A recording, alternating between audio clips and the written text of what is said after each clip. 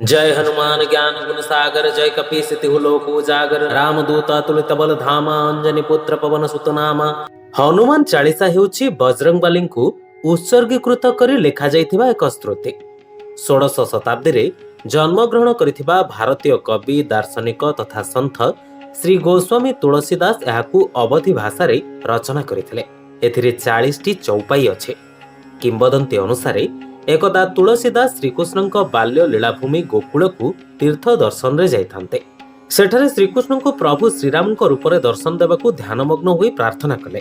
कहा जाय जे श्रीकृष्ण प्रभु श्रीराम रूपरे दर्शन देई तुलसीदासकर मनोवांछा पूर्ण करिथिले।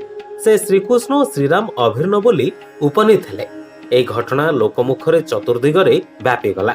दिल्लीर बादशाह अकबरଙ୍କ कानरे एकथा पड़िला।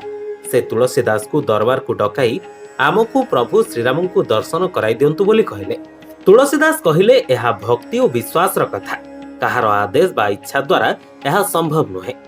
अकबर एकथा सुनी रागी गले एवं गोस्वामी तुलसीदास को कारागार रे बंदी कराई रखिले। अकबरଙ୍କ गृहबंदी रे थिबा समय रे ही तुलसीदास हनुमान चालीसा रचना करिबा आरंभ करिथिले। एपरि कथित अछि जे हनुमान चालीसा लिखिबा आरंभ करिबार 40तम दिन रे संपूर्ण फतेपुर सिक्री को बड़ बड़ मांकड़ माने घेराव करथिले। आहुरी मध्य सेमाने राजमहल भीतर को पसी द्वारपाल और जगुआल मानक उपरे आक्रमण करिबा आरंभ करि देथिले।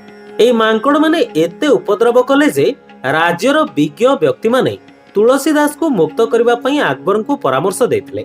जो मुहूर्त रे तुलसीदास को मुक्त करागला सेई मुहूर्त रे ही मांकड़ माने सेठारु चली जाइथिले। एथिरु जणा जाय जे हनुमान मांकड़ मानक रूपरे गोस्वामी तुलसीदास को गृहबंदी रक्षा करबा पई आसिथिले।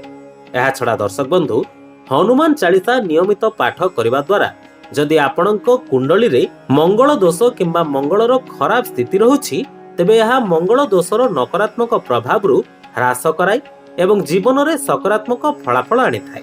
जदि शनिंकर 7.5 किंबा धैर्य थाए तेबे नियमित हनुमान चालीसा पाठ द्वारा धीरे धीरे परिस्थिति अनुकूल हुए एवं मानसिक चाप ह्रास पाई थाए।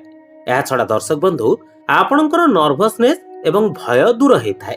यात्रा समय रे दुर्घटना रु सुरक्षा मिली थाए। पिलामानंक भय दूर होई थाए। एहा आत्मविश्वास एवं जीवन शक्ति वृद्धि करे, मनोबल को दृढ़ करे एवं जीवन रे सर्वदा आगको बढ़िबा पई आपणको प्रेरणा दिए। चिंता एवं चापरु मुक्ति दिए एवं आपणकर निष्पत्ति नेबार क्षमता को मजबूत करे। संकट कटे मिटे सब पीरा जो सुमिरई हनुमत बलबीरा।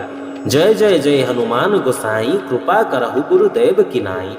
जय श्री राम। ब्यूरो रिपोर्ट लिवलाई पड़िया।